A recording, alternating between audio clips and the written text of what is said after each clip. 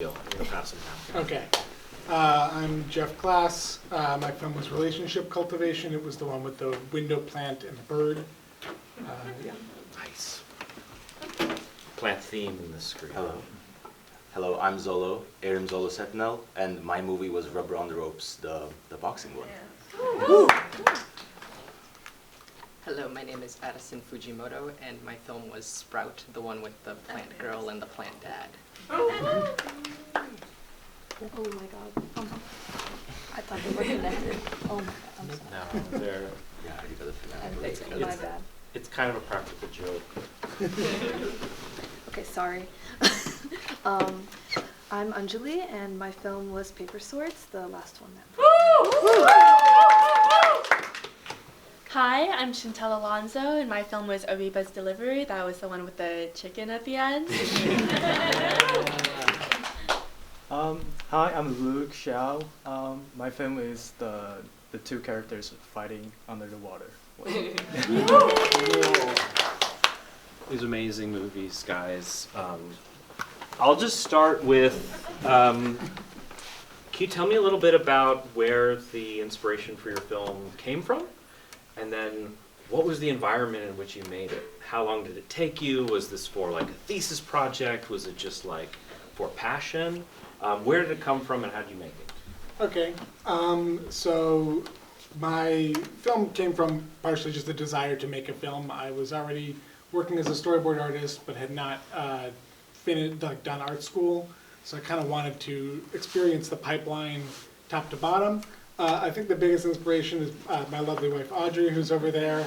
It was during the pandemic. We were obviously inside, and she picked up a lot of plants and then fought with the plants quite literally. And I kind of thought that was a good place to start with. That the plants are like children that we, kind of have a trouble raising in a way. And so this was done in 2022 after I finished my first job in the animation industry as a storyboard revisionist. It took about 4 months, but top to bottom, all done in Two Boom Harmony, which I'm very happy with. Nice. And a happy ending. I feel like most people kill their first dozen or so plants. Yes, yeah. I'm so glad I submitted to festivals at the time, but I didn't go to any of them. So it was so lovely to actually sit here and listen to people watch it for the first time. Glad you're here. Yeah. Yeah, so Rubber on the Ropes, that was born from, with all my movies, my love of Fleischer specifically. I love Fleischer Studios. I love all their works. And I want to make a noir movie. And I love also Raging Bull with Robert De Niro. So as a homage to that, I was like, let me have like a real gruff New Yorker, like Ralph Bakshi-esque, like a trainer character, right? And he was a lot of fun to animate because he moves around a lot, he smokes his big fat cartoon cigar, and I want to have that with this character who is more of a foreigner to this world. He doesn't really speak at all. It's almost like he doesn't even understand him. His coach is telling him all this stuff, but he's just kind of following him. So I kind of want to explore a dynamic between these two characters and ultimately have a kind of a really crazy fighting match. Yeah. Also a big influence from Fleischer's Superman for the guy he's boxing. His name is Big Man. Just a specimen of a human being fighting a real noodly guy. And I made this movie third year after a group film in SVA. It took about I would say I think 6 months. A little shorter than we usually have, just because first semester we do group film, but it was a lot of fun. It was really, really fun. You talk about the crowd scenes. I was just really impressed by how you populated the venue and just sort of like made it feel like a big event. Crowds are something that animation struggles with. So often I'm working on a sports show right now and like just haven't figured it out. So how'd you do it? No, I was really impressed by it. There's a bunch of shorts here that have a lot of crowd in it. Crowds are a pain, real pain. But the way to tackle them is draw your friends, draw the people you love, and draw characters you love. I have Raggedy Andy in there at some point. Just having people that you love in your movie, you know, that's fun. People also look at your movie and they're like, that's me. They can go and like Marvel point out themselves in the movie. So yeah, also old French comics. They always have such a great way of tackling crowds in very simple lines. So I tried to go for that. So yeah. You said Big Man was the name of the opponent? Yes. Well, like a slight Reagan, like Ronald Reagan, just yeah. like a tiny bit, Yeah. but anyway, or at least the way Reagan would like to see As little himself. emotion as possible from him, you know, real stoic guy. Great work. Thank you very much.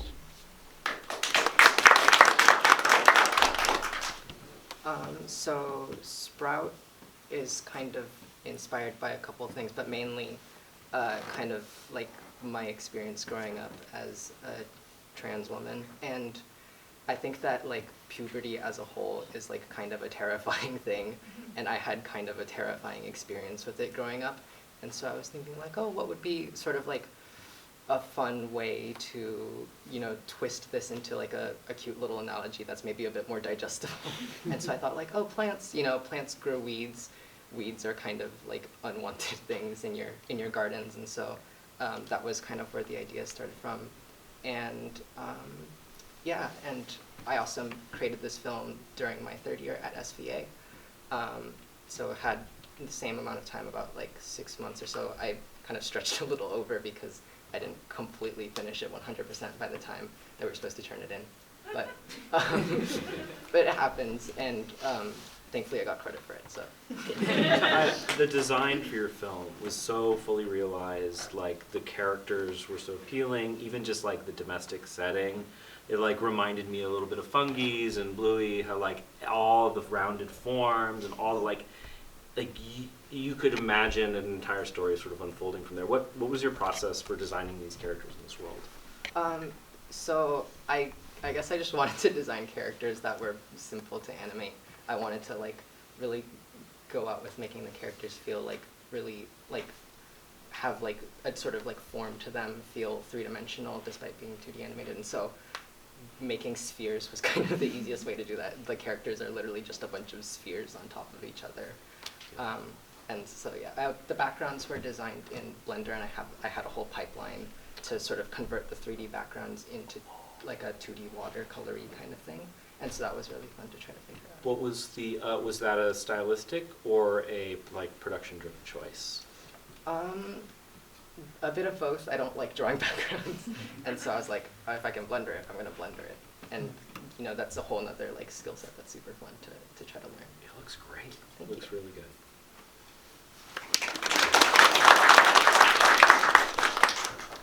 Okay, so main inspiration for my film Paper Swords, I really love films and shows where like kids talk to each other and they don't sound like cartoon characters.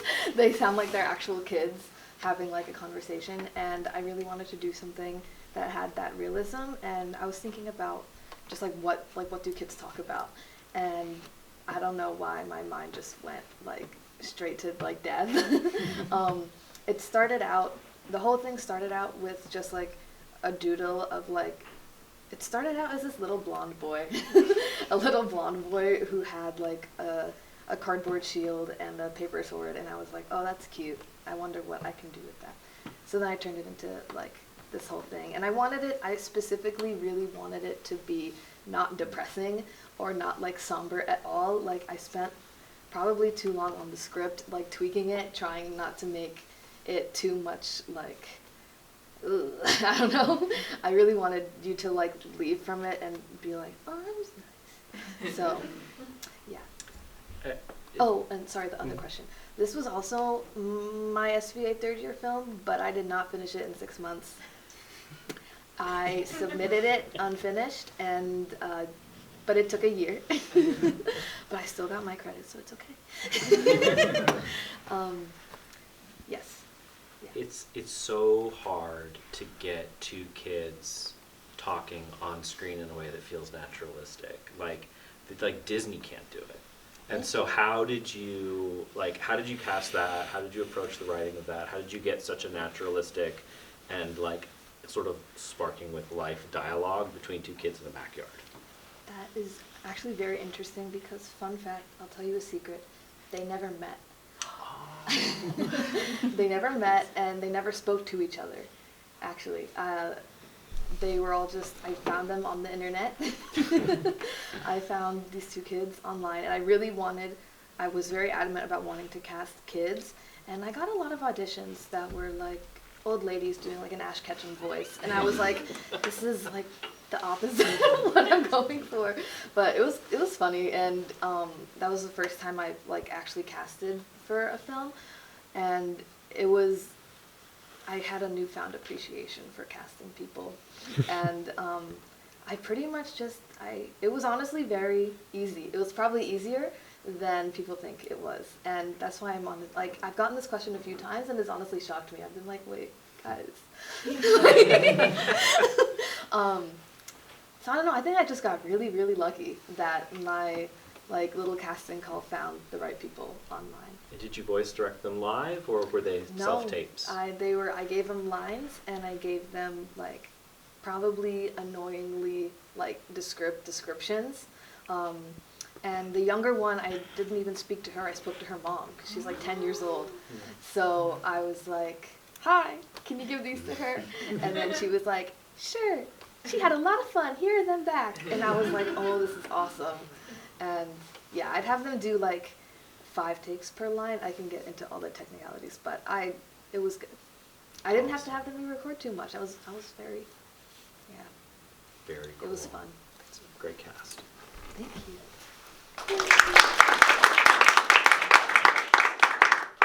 So yeah, my film, Areba's Delivery, I base a lot of my films and my stories about on my home community back in Chicago. So this one specifically is based off of my best friend. She's Indian, her family's from Hyderabad, so I took a lot of visual language from the buildings there. And as mentioned, this is also my 3rd year SVA film, so we kind of alluded that it was a shorter timeline than the rest. I probably had 3 months of pre-production and 4 months of production on this, and this was a film that we had to get out very, very fast. So unlike my other films, I made it based off of a physical gag, and that's just what the entire film is based around on. And I had taken a storyboarding class that really was like, here's the ways that you can make it all about physicality and gag. So that was really fun.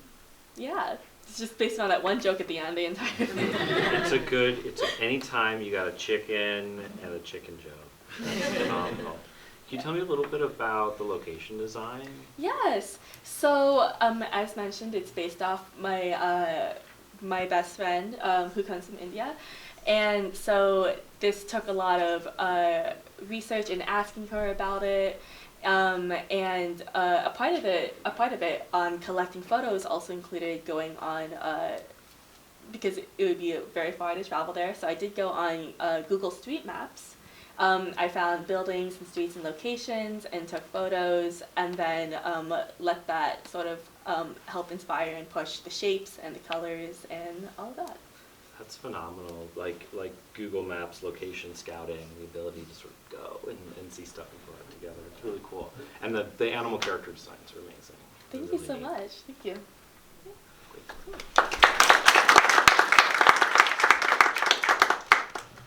So my film, Tears of the Sea, is basically mainly influenced by actually what I was feeling at the time.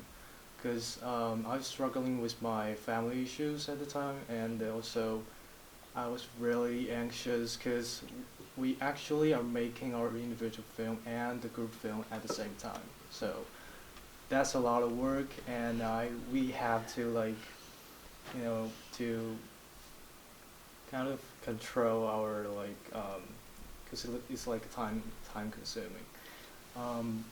So yeah, and also my film is inspired by actually I was seeing a news about like many companies, they are trying to like do some harmful thing to the environment just to save their money, and I was so upset, and I just want to make a film like they're fighting each other and like under the water, and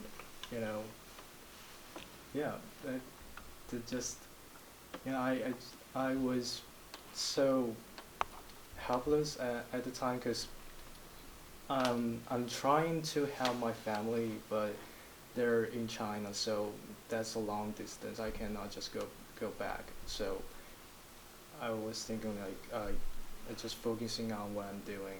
Like I'm trying to showcase my animation like skills in my film, and I kind of did that. Like I challenged myself like to the ocean. I made it in Blender, so that's a big like in like inspiration like experience for me because I never tried 3D like media before. So yeah, and I also really grateful for like this opportunity and my families and my friends supporting me. That's why I can be here, and that's the film coming out. Yeah, but if you want me to like based on the same story, like make another animation, I was ever it could never comes out like that because I have a totally different like feelings and experience right now. So yeah. That's great. Your film was really kinetic. Like there's lots of really great choreography, fight choreography, great effects.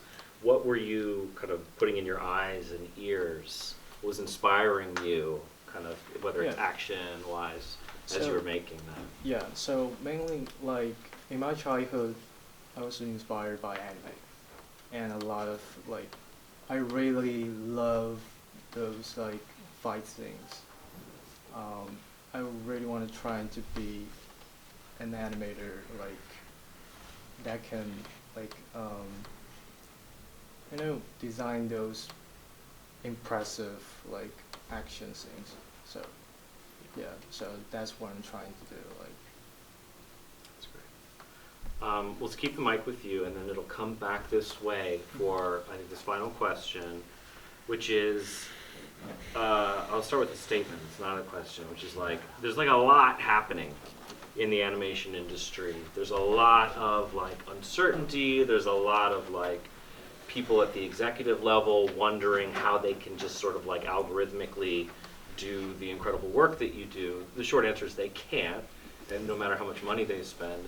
As fans of animation, speaking to fans of animation, what is getting you excited right now about animation, the future of animation? It could be a thing you saw recently, it could be an article you saw recently. Like, why should we all be really excited about animation in June 2025?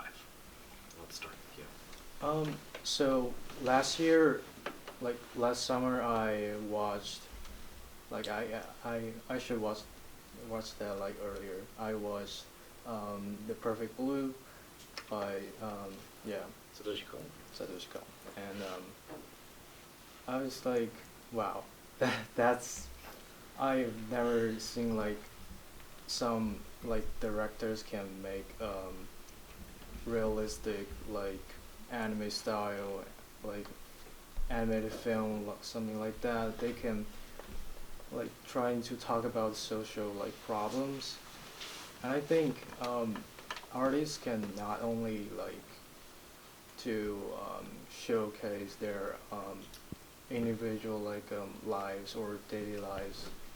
We can also talk about social problems and trying to like make a voice, like trying to do something to make the audience or whatever they notice. Like yeah. Thank you.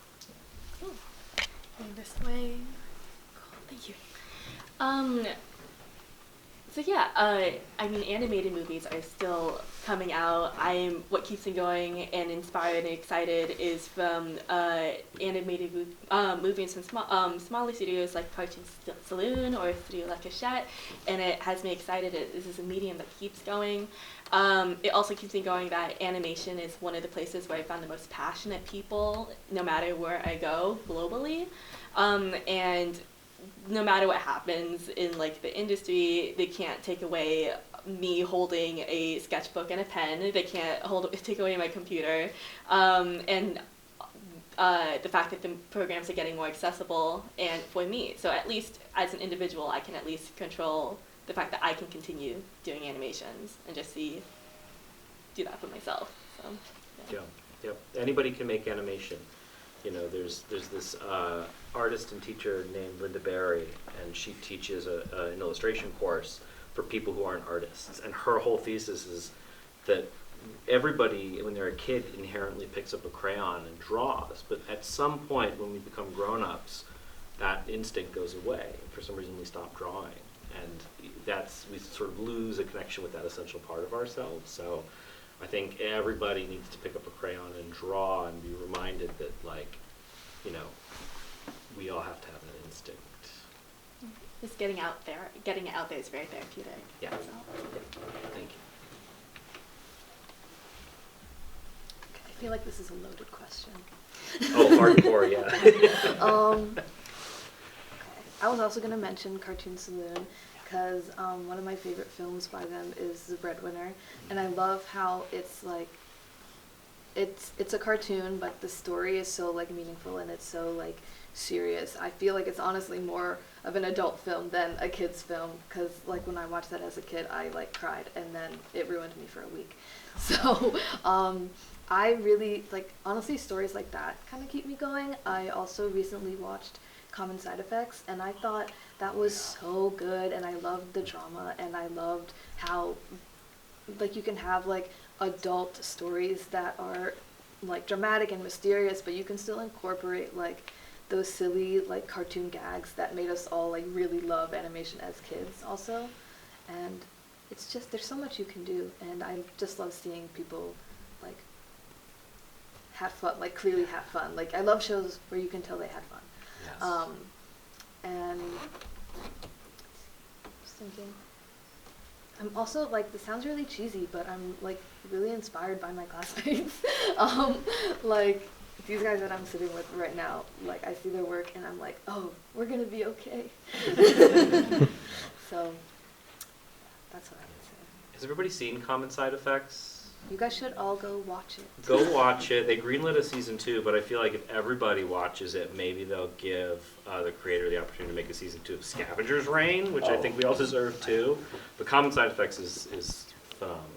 It is that sort of like the realization that you don't need a giant budget to have a really taut, amazing, character-driven story. Yeah, and animation is not just for children, like Yeah. serious stuff.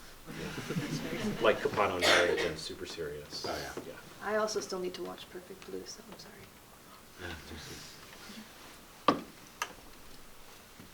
I feel like everybody's been talking about flow just because it's like, I think it's really incredible that such a piece of passion created like a lot of it just coming from like a single person, I think is super, super inspiring. And the fact that it has been recognized to the degree that it has is also really inspiring. I think that like these days people are a lot more open to sort of like branching out from the standard like big studio movies and exploring more independent animation like on the internet and that kind of thing. And so that's what is inspiring me at the moment, I think, is just like the new opportunities for more independent works. Like all of us here are currently independent creators, and I think that's really cool. Like we have such an incredible opportunity to just like make the things that we're passionate about, and we don't have to answer to anybody, and I think that's really incredible. It's difficult in this economy to do that full time, but I think that like that I hope to see more of this kind of work in the future, especially with the rise of like generative AI and that kind of thing. Like you really have to look for like the passion in the work. That's what really sets like the good stuff from the bad, I think. That's the biggest thing for us to solve is how do we keep sustaining the creation of original work. You know, you look at Flow, and Flow is made, you know, with the accompaniment of like a ton of funding from European companies and states and arts funding, and then you look at a movie like Wild Robot, which is kind of like a bloated mess of a movie that was trying to solve a problem that didn't exist, of animals being mean to each other, but like one really had to fight to exist, whereas the other is sort of like existing within this kind of venture capitalist Hollywood thing. And so, yeah, that's for you guys to figure out, is how do you sustain yourself, how do you eat and sleep while still being able to make the good work. So Yeah. that you have your films and they are here, it bodes well. It's really special. Yeah, I'm super excited to see what my classmates make next. Yeah, like not to parrot everybody else, but genuinely, we just had our thesis screening, all of these guys, and it was an incredible time. I saw so many cool styles. I saw so many different just voices from different people, and honestly, in this kind of crazy landscape that we've fallen into with, as Addison stated, generative AI, and how these bigwig studios are definitely going to be taking advantage of that and trying to take jobs away from honest working artists. It's good to see as many people as possible putting their best foot forward and doing what they're passionate about. On the internet, big like indie studios like Glitch, they're doing really great stuff for so much less of the budget than the big studios. And the big studios too, they're doing experimentation with their style now. Now that there's now that we've basically come to the peak of technology, now we can prioritize style over just like fancy visuals. Even like game studios like Nintendo, they're doing more stylistic games now. So looks like the future of animation is gonna be well, it's gonna be good because we have very talented people going on here. So yeah.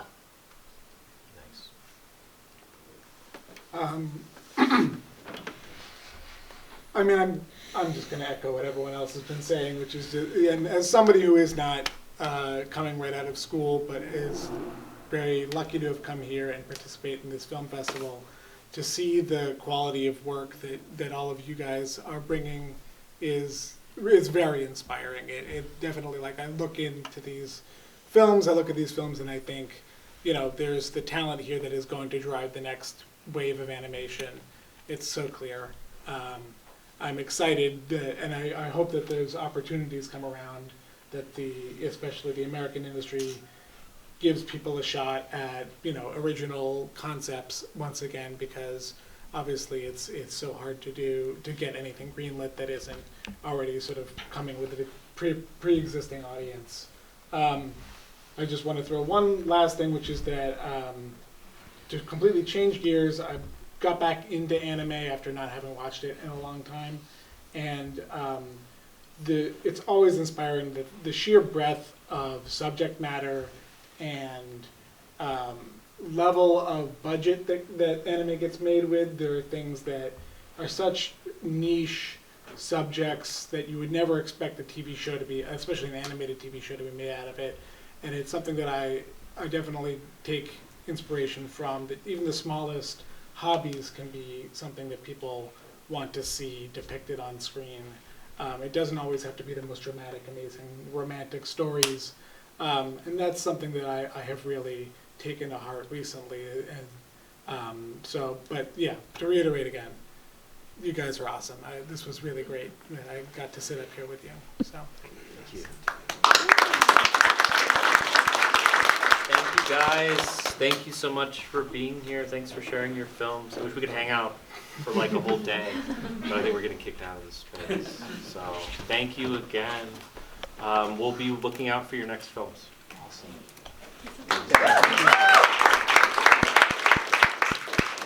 Oh, yes, actually, there was a jury that helped select the films, and a jury that voted on a few categories. And I think there are two winners that we have here tonight. One, Best Animated Youth Short, is presented to Paper Sword.